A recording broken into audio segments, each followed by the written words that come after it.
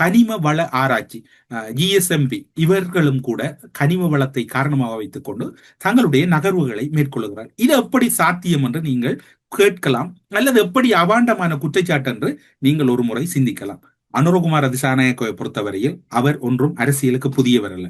அவர் சந்திரிகா குமாரதுங்கவின் ஆட்சியில் அமைச்சராக இருந்தவர், அவரோடு அரசியல் செய்தவர். அந்த அரசியல் அனுபவம் மஹிந்த ராஜபக்சவின் ஆட்சியில் மட்டுமல்ல, மஹிந்த ராஜபக்சவை ஜனாதிபதியாக முன்மொழிய வேண்டும் என்பதில் மிக தீவிரமாக இருந்ததோடு மட்டுமல்லாது, மஹிந்த ராஜபக்சவை ஜனாதிபதியாக்கிய முதன்மையான ஐவருள், அதாவது மக்கள் விடுதலை முன்னணியில் ஐவருள் இவரும் ஒருவர்.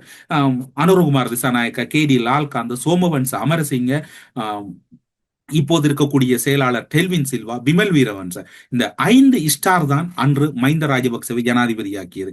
எனவே அவர்களுக்கிடையில் இப்போது கருத்து வேறுபாடு இருந்தாலும் கொள்கை ரீதியாக அவர்கள் அனைவரும் ஒருவராகத்தான் இருக்கின்றார்கள். அவ்வாறு பார்க்கின்ற போது தொல்லியல் திணைக்களம் என்பது புத்த சாசன அமைச்சின் கீழ் வருகிறது. புத்த சாசன அமைச்சார் என்பிபியின் கீழ் இருக்கின்றது. என்பிபியில் இருக்கக்கூடிய புத்த சாசன அமைச்சில் புத்த சிலைகள் நிறுவப்படுகிறது என்றால் அதனை தடுத்து நிறுத்த முடியாது. காரணம், கடந்த ஆட்சியில் இடம்பெற்றது நடக்கிறது, நாங்கள் நிறுவவில்லை. ஓகே, இப்போது இருக்கக்கூடிய சூழ்நிலையில் இதற்கான அங்கீகாரத்தை கிட்டத்தட்ட அரசுதான் புத்த சாசன அமைச்சு வழங்குகிறது. சுற்றுச்சூழல் அமைச்சின் கீழ் தான் வன ஜீவராசிகள் அல்லது வனலாக வருகின்றது, மற்றும் கனிம வள பிரிவு வருகின்றது, அதாவது ஜிஎஸ்எம்பி வருகின்றது. இவைகள் எல்லாம் ஒரு அமைச்சோடு தொடர்பட்டது. ஆனால் இந்த அமைச்சுக்கள் யாரிடம் இருக்கின்றது? இந்த அமைச்சு என்பிபியிடம் இருக்கின்றது. இந்த அமைச்சின் கீழ் வருகின்ற திணைக்களங்கள் தான் இந்த கட்டுப்பாடுகளை மேற்கொள்கிறது. அவ்வாறு இந்த கட்டுப்பாடுகள் மேற்கொள்ளப்படுவது என்றால் அமைச்சரவையின் தலைவராக இருக்கக்கூடியவர் யார்? ஜனாதிபதி.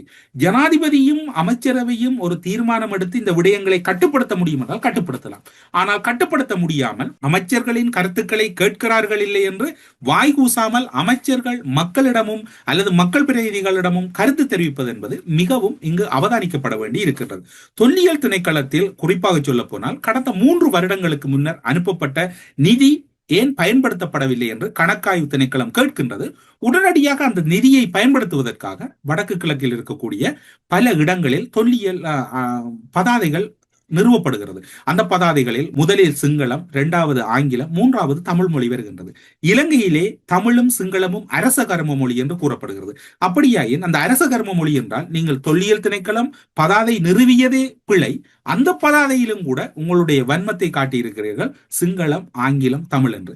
அப்படியாயின் கணக்காய்வாளர் நாயகம், அதாவது ஆடிட்டிங் ரிப்போர்ட் கேட்கின்ற போது 3 வருடங்களாக இந்த நிதி பயன்படுத்தப்படவில்லை என்று உடனடியாக அந்த பதாதைகள் நிறுவப்படுகிறது.